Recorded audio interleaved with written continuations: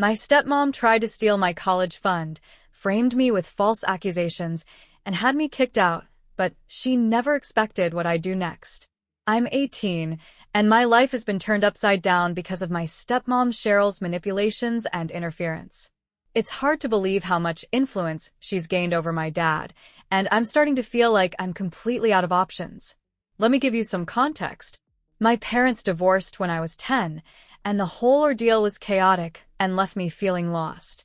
When Dad remarried Cheryl, who's 40, a few years later, she brought her 2 kids, Lucas, 16, and Ava, 13, into our home. Adjusting to this new blended family wasn't easy, and despite Cheryl's constant efforts to push the idea of us being one big, happy family, it never felt genuine. It always seemed forced, and her overly cheerful demeanor only added to the awkwardness. In high school, I've worked hard to stay focused on my academics and extracurriculars. I've maintained a 3.8 GPA, been an active member of the robotics club, where I've even won a few competitions, and spent 3 years volunteering at the local animal shelter. My dream has always been to attend a prestigious university and pursue a degree in engineering, a goal my dad used to wholeheartedly support, or so I thought. A few months ago, Dad sat me down to tell me about the college fund he'd been saving for me since I was born. It was enough to cover tuition and living expenses at most top-tier universities. That night, we stayed up late discussing schools, programs, and plans for the future. It was one of the few times I felt truly connected to him, and for the first time in a while, I felt like my dreams were within reach. But everything started to change when Cheryl found out about the fund. At first, Cheryl's comments were subtle. One morning in the kitchen, as I was grabbing breakfast, she mentioned how she'd worked her way through college by taking out loans and holding part-time jobs. Her tone was casual, but there was an unmistakable edge to her words. I responded by saying I planned to work part-time during college to help with extra expenses, but she quickly shot back, "You don't really need to, do you? Not with all that money just being handed to you." Her words stung, but I tried to brush them off, not realizing this was just the beginning. From then on, Cheryl started dropping hints and making more pointed remarks. At dinner, she'd tell stories about people she knew, like her friend's son juggling 3 jobs to pay for his degree, or her cousin who paid off student loans and became an entrepreneur. Every story felt like a veiled criticism aimed squarely at me. And Dad? He just nodded along, seemingly oblivious to the underlying message Cheryl was sending. Then came the manipulation. I overheard Cheryl talking to Dad one night, planting doubts in his mind. "Don't you think giving him all that money might make him lazy?" she said. "Maybe he'd grow more by working for things or taking out loans like everyone else." To my dismay, Dad seemed to take her words seriously.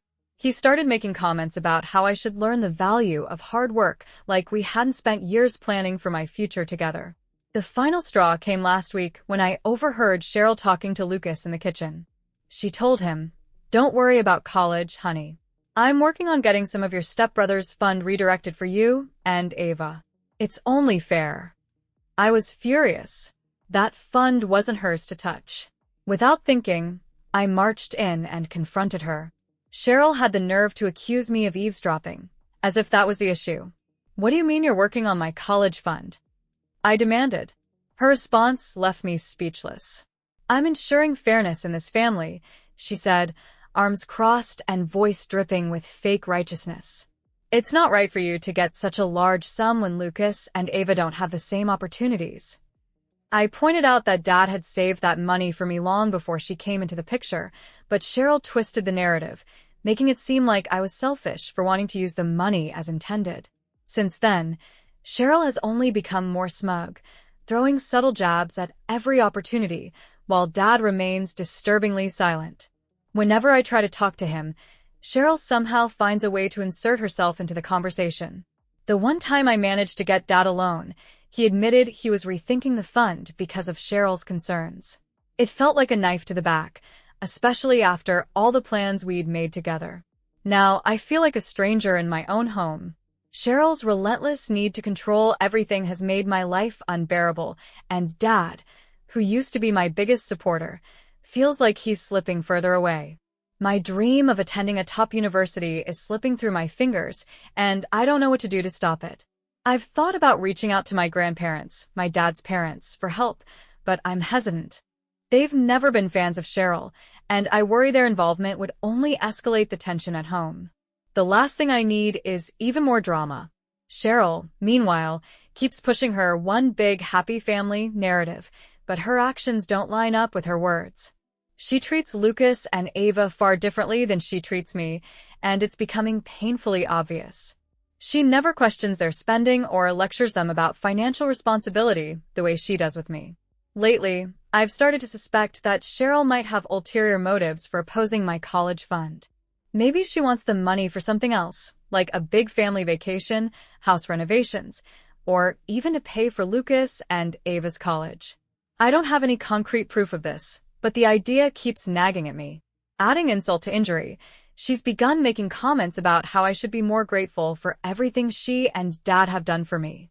She talks about sacrifices, but from where I stand, it's Dad who's made the real sacrifices, not her. It's reached the point where I feel like I'm being gaslit. Cheryl will say one thing to me in private, then twist her words or outright deny them when Dad is around. It's starting to make me question my own recollection of events. I'm also terrified that if I push back too hard, she'll convince Dad to kick me out. I'll be 18 soon, and I know they won't be legally obligated to support me anymore. It feels like I'm standing at a crossroads. If I insist on using the college fund, I risk further damaging my relationship with Dad and making my home life even worse. But if I give in to Cheryl's demands, I might be giving up my dreams and setting myself up for a future of financial struggles. Am I wrong for wanting to use the college fund my dad promised me? Should I just accept the situation and find a way to pay for college on my own? I feel like I'm losing my grip on reality and could really use an outside perspective. Edit. I realized I should clarify the situation with a college fund. When Dad told me about it a few months ago, it wasn't something I ever felt entitled to. It came as a complete surprise. But it aligned with the encouragement he'd consistently given me to work hard and aim high throughout high school. I didn't even know the fund existed until recently, but Dad had always promised to support my education if I kept my grades up, which is why I poured so much effort into maintaining a 3.8 GPA. I'd be fine with working my way through college, if that had always been the plan, but it's the sudden shift in expectations that's so frustrating. It feels like the rug is being pulled out from under me. Update. It's been about a month since I last shared, and unfortunately, things have only gotten worse. I'm writing this from my friend Mike's guest room because I've been kicked out of my home, and my relationship with my dad is in shambles. Here's what happened. After my last post, the tension at home kept escalating. Cheryl became even more vocal about my college fund, bringing it up at every opportunity with thinly veiled jabs about my supposed lack of independence. Dad, as always, stayed frustratingly passive, nodding along to her remarks rather than standing up for me. I tried to avoid the conflict by keeping to myself, staying in my room, focusing on college applications, and skipping family meals whenever I could. But Cheryl didn't let it go. She accused me of being antisocial and ungrateful, claiming I was deliberately isolating myself from the family. The breaking point came last weekend when I received my acceptance letter to my dream school. It was a top-tier engineering program that I'd worked years to get into. In my excitement, I rushed downstairs to share the news with Dad, momentarily forgetting the storm brewing around the college fund. For a fleeting moment, it felt like old times as Dad hugged me and asked questions about the program. But Cheryl, standing in the kitchen, cleared her throat, and the mood shifted instantly. She launched into her usual lecture about financial responsibility, and I couldn't hold back any longer. Months of frustration and resentment came pouring out. I confronted her about her constant interference, her attempts to take my college fund, and the way she was manipulating my dad. The argument exploded. Cheryl's face turned red with anger as she shouted that I was selfish and ungrateful. She accused me of never accepting her as part of the family and treating her and her kids as outsiders. Dad tried to intervene, but neither of us was listening. In the heat of the moment, I said some harsh things I regret. I called her a gold digger and accused her of trying to steal my college fund for Lucas and Ava. I even pointed out how she hadn't worked a day since marrying my dad, despite constantly preaching about financial independence. That's when Cheryl escalated things to a level I never saw coming. Through tears, she turned to Dad and claimed she couldn't live in a house where she felt unsafe. Then she dropped a bombshell. Cheryl accused me of making inappropriate advances toward her. She said I'd been cornering her when we were alone, making suggestive comments, and even trying to touch her. The accusations were so outlandish, I was stunned into silence. I looked at Dad, expecting him to see through the lies, but the expression on his face told me everything I needed to know. He believed her. Dad stared at me with a look of disgust and disappointment I'll never forget. I tried to defend myself, to explain that Cheryl was lying, but he wouldn't listen. He told me to go to my room while he and Cheryl decided what to do. I spent the next few hours pacing, alternating between disbelief and anger. I couldn't understand how my dad could believe something so absurd. Later that evening, Dad came to my room. He wouldn't even meet my eyes as he said he couldn't allow someone who would act that way to stay under his roof. He told me I had until the end of the week to leave. I pleaded with him to see reason, to at least hear me out, but he wouldn't budge. Before he left, he handed me an envelope with some cash to help me get started. And just like that, I was out. I packed up my belongings in a single day, still in disbelief over what was happening. Jack and Ava avoided me completely, no doubt having heard some twisted version of Cheryl's lies.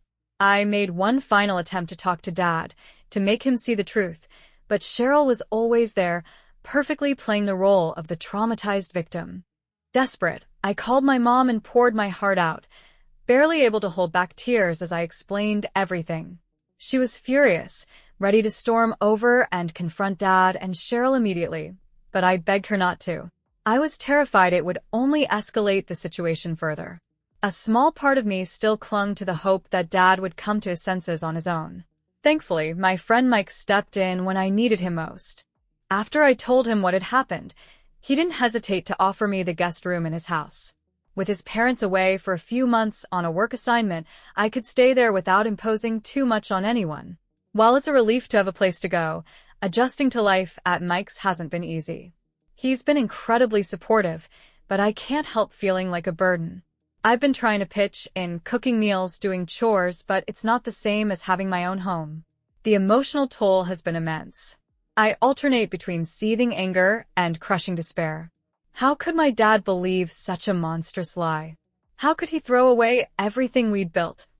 Our relationship, years of trust and shared memories, based solely on Cheryl's word. And Cheryl, how could she stoop so low? I always knew she didn't like me, but to fabricate such a heinous accusation, to deliberately sabotage my relationship with my father? The cruelty of it is beyond anything I can comprehend. I've thought about reaching out to my grandparents, my dad's parents, but I'm terrified of their reaction. What if they believe Cheryl's lies too? I don't think I could bear seeing the same look of disgust and disappointment on their faces that I saw on my dad's. Another option I've considered is going to the police to file a report about Cheryl's false accusations. But since she hasn't made these claims publicly or tried to press charges, I don't know what good it would do. Worse, I'm afraid involving the authorities might only push Dad further into Cheryl's corner. My mom has offered to let me stay with her, but she lives in another state. Moving there would mean giving up my dream school and the future I've worked so hard to achieve. Yet, as my options dwindle, I'm starting to wonder if I have any other choice. Cheryl's lies have destroyed everything, and I feel powerless to fight back. My dad, the person who should know me better than anyone, the person I thought would always have my back, has chosen to believe the worst about me without giving me a chance to defend myself. I keep replaying every interaction I've ever had with Cheryl, trying to pinpoint where this all went wrong. Was this lie something she concocted in the heat of our argument, or had she been planning it for weeks, waiting for the perfect moment to cut me out of the picture? Either way, the sheer malice behind it makes me feel sick. As for the college fund, I have no idea what will happen to it now. Will Cheryl convince Dad to give it all to Jack and Ava? Will Dad still use it to pay for my dream school, even though he thinks I'm capable of such despicable behavior? The uncertainty is unbearable. Mike has been a lifeline, even helping me secure a part-time job at a local grocery store. It's not much, but it's a start, enough to contribute to household expenses and save a little for the future. Still, every time I try to think practically about my situation, I'm hit with a wave of anger and heartbreak. I've even thought about reaching out to Cheryl's ex-husband, Jack and Ava's dad, to see if he has any insight into her behavior. But opening that can of worms feels risky, and I'm not sure I'm ready to go down that road. The reality of my situation is sinking in. I'm reliant on the kindness of a friend, with no permanent home and limited resources. The unfairness of it all is almost too much to handle. I did everything right. I studied hard, stayed out of trouble, and worked tirelessly toward my goals. And in just one weekend, it's all been ripped away because of one person's lies.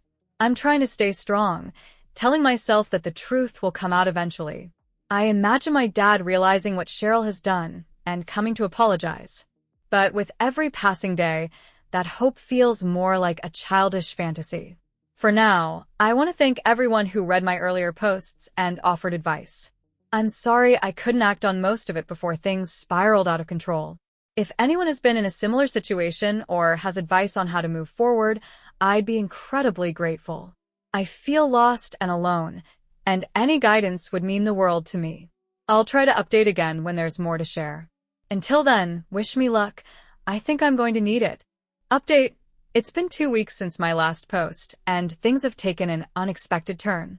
I'm still staying at Mike's place, but something happened that I couldn't have anticipated. While I was at work restocking shelves at the grocery store, I got a call from my grandparents.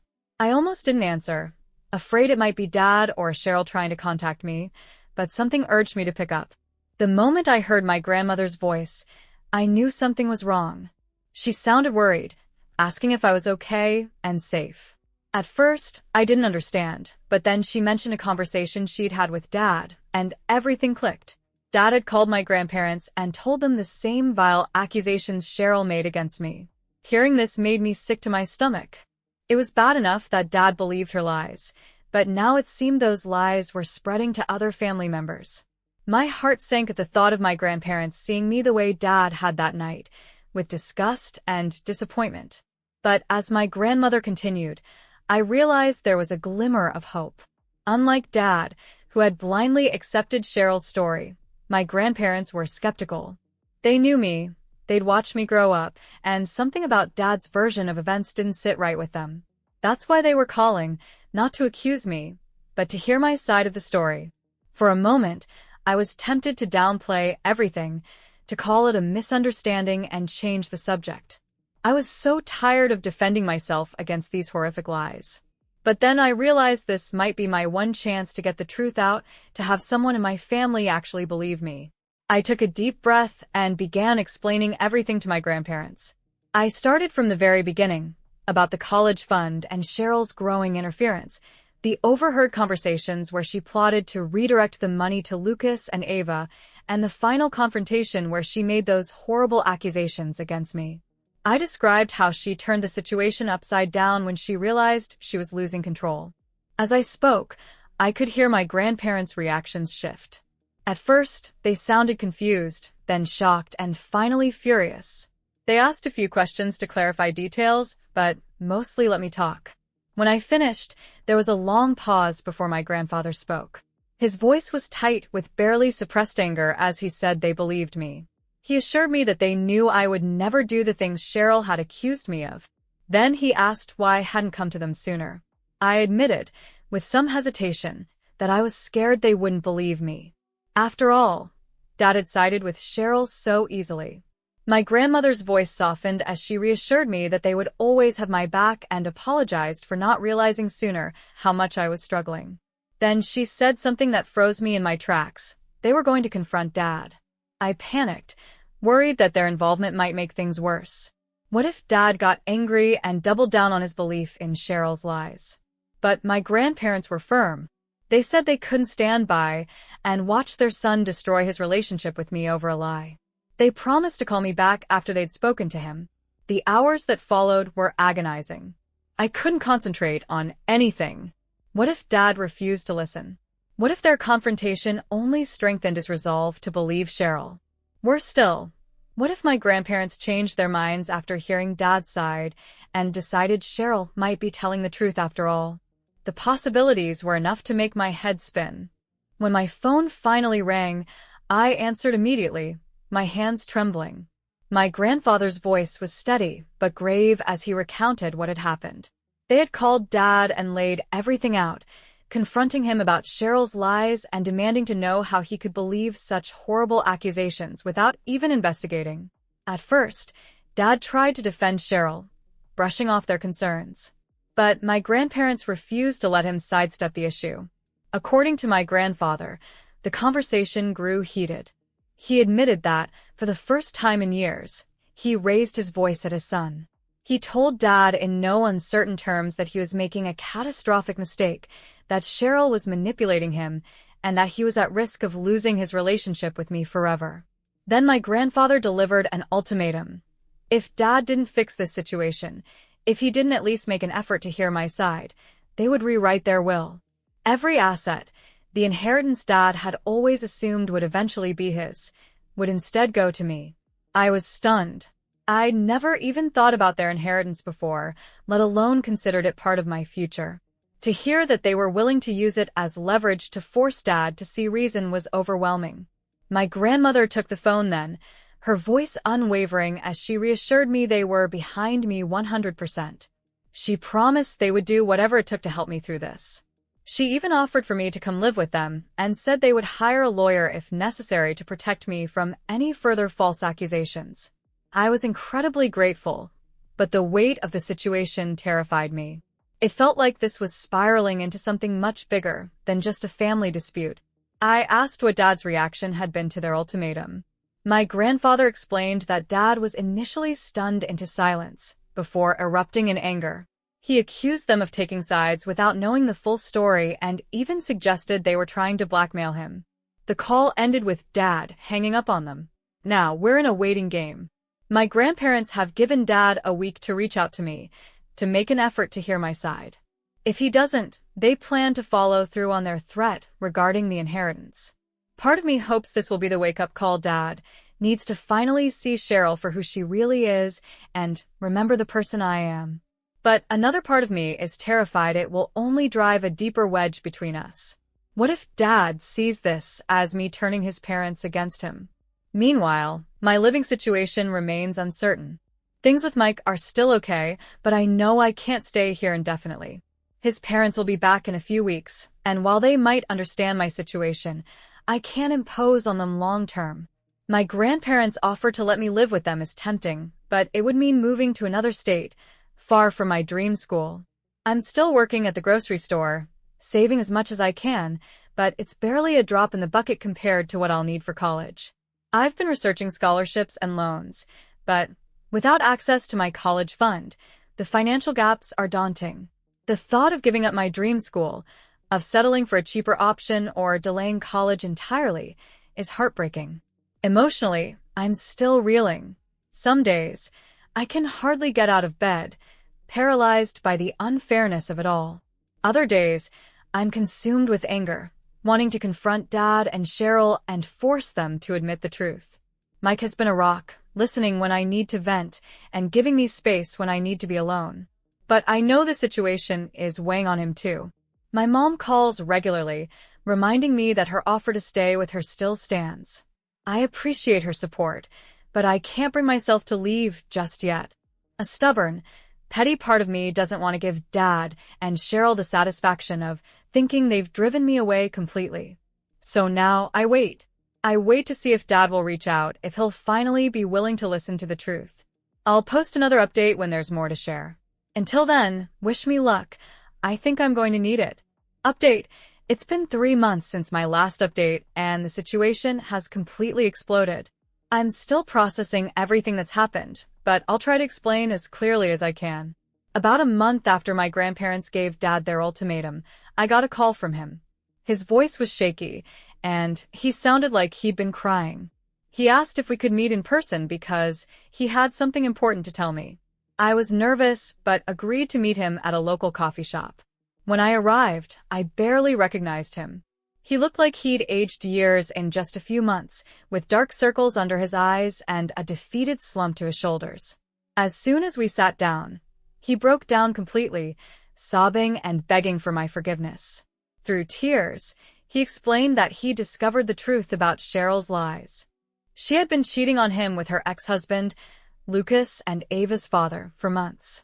And to make matters worse, she was pregnant, and the timeline made it clear the baby couldn't possibly be his.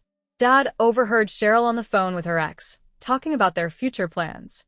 While he didn't catch everything from that one conversation, it was enough to raise his suspicions. He started paying closer attention, noticing inconsistencies in Cheryl's stories and behavior. The final piece of the puzzle fell into place when he came home early one day and caught Cheryl and her ex in a compromising position. When confronted, Cheryl didn't immediately admit to the truth. Instead, she tried to gaslight Dad, insisting he was imagining things and claiming her ex was only there to discuss something about the kids. But Dad wasn't buying it anymore. He demanded the truth, and what came out was far worse than he could have imagined. Cheryl admitted she and her ex had reconnected months ago, supposedly to talk about Jack and Ava. One thing led to another, and they started an affair. As more details emerged, it became clear her betrayal went far beyond infidelity. Cheryl confessed that she'd been unhappy in the marriage for a while, feeling she'd rushed into it without fully moving on from her ex. Instead of addressing these feelings honestly, she chose to manipulate the situation to her advantage. She admitted seeing the college fund as a threat to her financial security. While she didn't have direct access to it, she had been pushing Dad to use the money for things like home renovations or family vacations, eroding it bit by bit. Her accusations against me were part of a calculated plan. Though she claimed she had felt uncomfortable around me at times, she admitted to twisting and exaggerating events to drive a wedge between Dad and me. Her ultimate goal was to secure her position while removing me as a perceived obstacle. When Dad pressed Cheryl further, she tried to spin the narrative yet again, painting herself as a victim manipulated by her ex. She cried, saying she'd made mistakes, but still loved Dad. The act crumbled when her ex, furious at being thrown under the bus, showed Dad text messages and emails that revealed the extent of Cheryl's deceit. These messages detailed their affair and plans for the future, including how they would handle the divorce and divide assets. The cruelty was staggering. Cheryl had not only betrayed Dad's trust, but had deliberately tried to destroy his relationship with me to protect her financial interests. As Dad recounted all of this to me, he was a mess. He broke down, apologizing repeatedly and saying he knew he didn't deserve my forgiveness. He promised to file for divorce immediately and to do whatever it took to make things right. The divorce has been a nightmare. Cheryl, realizing her plans had unraveled, is now trying to get as much as possible before it's finalized. She's demanding half of everything: house, retirement savings, anything she can claim. Fortunately, the evidence of her infidelity and manipulative behavior is working against her. In our state, while adultery doesn't automatically disqualify a spouse from receiving alimony, it does weigh heavily in court decisions. The judge has shown little sympathy for Cheryl's case, especially with the damning messages and emails. Her pregnancy has added another layer of complexity. Cheryl is attempting to use it as leverage, hinting the baby might be Dad's and claiming he shouldn't abandon his child. However, given the timeline of her affair and the evidence at hand, it's almost impossible the baby is his. Dad's lawyer has advised requesting a paternity test once the baby is born. Until then, Cheryl can't use the pregnancy as effectively to manipulate the situation. As for my college fund, Cheryl had managed to pressure Dad into withdrawing some money for family expenses, using lies about me not deserving it. Dad, feeling immense guilt, has vowed to replace every penny, even if it means taking on extra work. Cheryl continues to try manipulating those around her. She's told Jack and Ava that Dad is trying to steal her baby, and has even tried to convince them to testify against him. She's reached out to family friends, spinning a sob story about being a misunderstood wife who made a single mistake but deserves a second chance. She even called me, crying and claiming she never meant for things to go so far, begging me to help her fix things with Dad so we could all be a family again. Her manipulation was so transparent, it was almost laughable if it didn't make me feel so sick. Jack and Ava have been caught in the middle of this chaos. They'd been spending more time with their dad, unaware their parents were rekindling their relationship behind my dad's back. When the truth came out, they were devastated. They've since apologized to me and Dad, admitting Cheryl had lied to them about me. She told them I was jealous, unstable, and even dangerous, which explained why they avoided me before I left. Learning the truth has been a crushing blow for them, and they're struggling to come to terms with who their mother really is. Dad has been doing everything he can to make amends. He's reached out to my grandparents, thanking them for standing by me and apologizing for not listening to them sooner. He's offered to pay for therapy to help me process the emotional trauma. He's even made efforts to reconcile with my mom, acknowledging the unfair burden his actions placed on her. As for me, I'm still grappling with everything. Part of me is relieved the truth is out, and my dad believes me again. But another part of me is angry that it took such extreme circumstances for him to see the truth, angry that I had to endure months of pain because he couldn't trust his own son over someone he barely knew. I've moved back home for now, into my old room.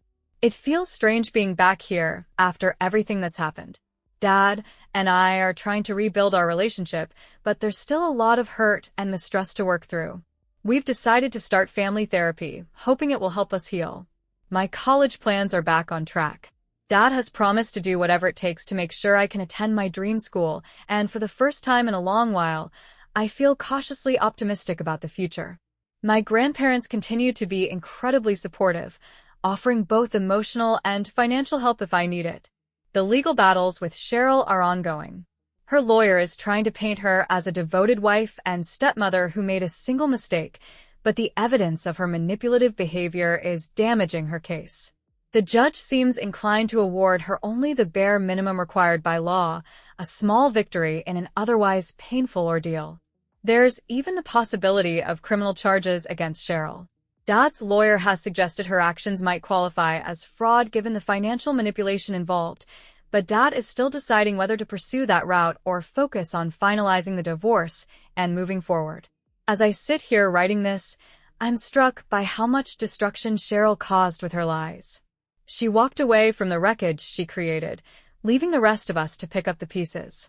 It's going to be a long road to recovery for everyone involved, but for the first time in months, I feel like I can breathe again. The truth is out, my name is cleared, and I have my dad back, even if our relationship is fragile. It's more than I dared to hope for during those dark days when I thought I'd lost everything. To everyone who has followed my story and offered support, thank you. Your kindness and advice have been a lifeline during this ordeal. I'll share another update if there are any major developments, but for now, I'm focusing on healing and moving forward. Wish us luck. After everything that's happened, we're going to need it.